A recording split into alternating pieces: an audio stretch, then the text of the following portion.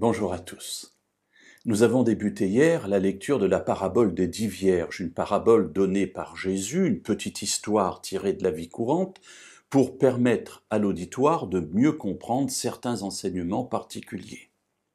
Et une chose que nous avons soulignée hier, c'est que chez ces 10 vierges, il y en a 5 folles qui n'ont pas pris de réserve d'huile pour leur lampe, et 5 sages qui ont pris une réserve au cas où l'époux et l'épouse tarderaient.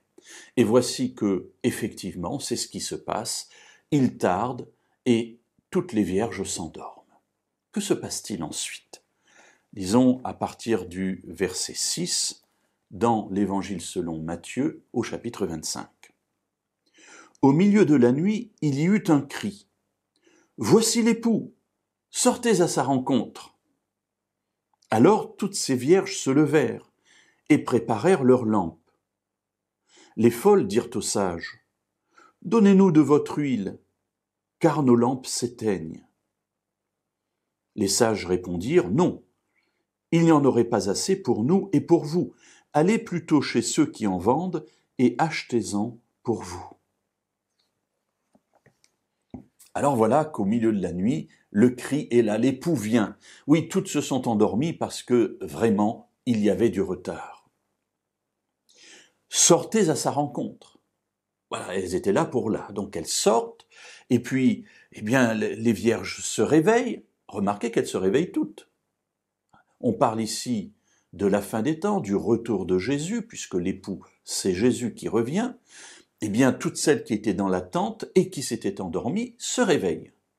Simplement, dans ce délai, les lampes se sont éteintes. Il n'y avait pas assez d'huile dans le réservoir, parce que c'est un tout petit réservoir, et elles se sont éteintes. Alors que se passe-t-il? Les sages remplissent grâce à leur réserve les lampes, et puis les folles, elles n'ont pas de réserve. Donc du coup, elles ne peuvent pas remplir leurs lampes, à nouveau les allumer et accueillir. Alors elles se tournent vers les vierges sages et leur disent « Donnez-moi un peu d'huile ». Et les vierges sages disent « Mais on ne peut pas. On ne peut pas parce que si on partage le peu que nous avons, nous n'aurons pas assez pour accueillir l'époux et continuer à faire la fête. Alors allez vite en acheter chez ceux qui en vendent. » Il est intéressant de remarquer que le conseil qui est donné par les vierges sages, c'est un conseil qui aurait pu et qui aurait dû être appliqué dans la vie des vierges folles avant le mariage, c'est-à-dire alors qu'elles se préparent pour le mariage, pour ce temps particulier. Parce que les vierges sages ne donnent pas un conseil étonnant, bizarre, elles disent simplement « allez chez ceux qui en vendent et achetez-en », quelque chose de normal. Et c'est ce qu'elles auraient dû faire, mais pas dans ce moment-là, mais avant.